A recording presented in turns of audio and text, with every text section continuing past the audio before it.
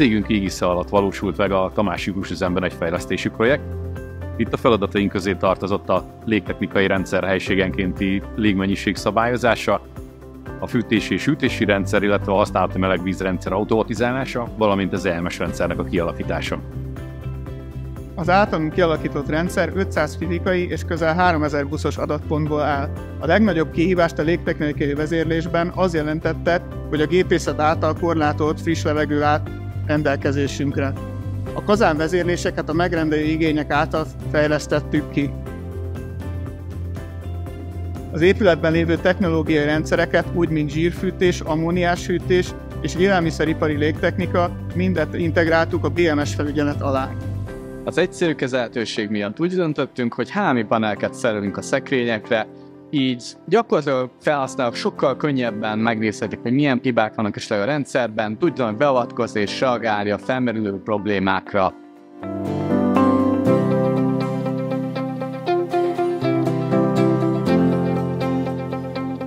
Az épület automatikán túl az energiamenedzsment rendszer kialakítása is megtörtént az üzemben, melyhez a Siemens Desigo CC szoftvert hívtuk segítségül.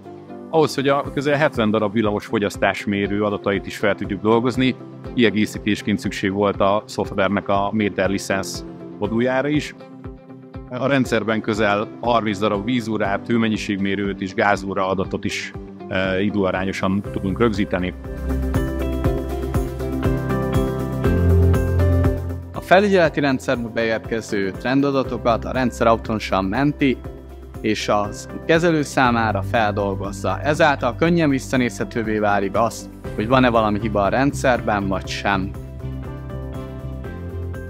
A húsüzemben megvalósított energiamenedzsment rendszernek az óriási előnye az, hogy a termékegységre vonatkoztatott energiamennyiséget is számolja, így a megrendelő számára ezzel teszi lehetővé a gyártási költségeknek a pontos tervezhetőségét.